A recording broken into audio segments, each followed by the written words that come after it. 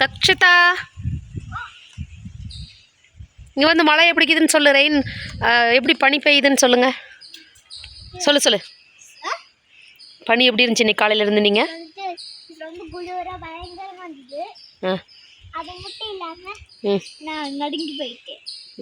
அப்புறம் சொல்லுங்க எப்படி ஃபீல் பண்ணீங்க இன்னைக்கு காலையில இருந்து?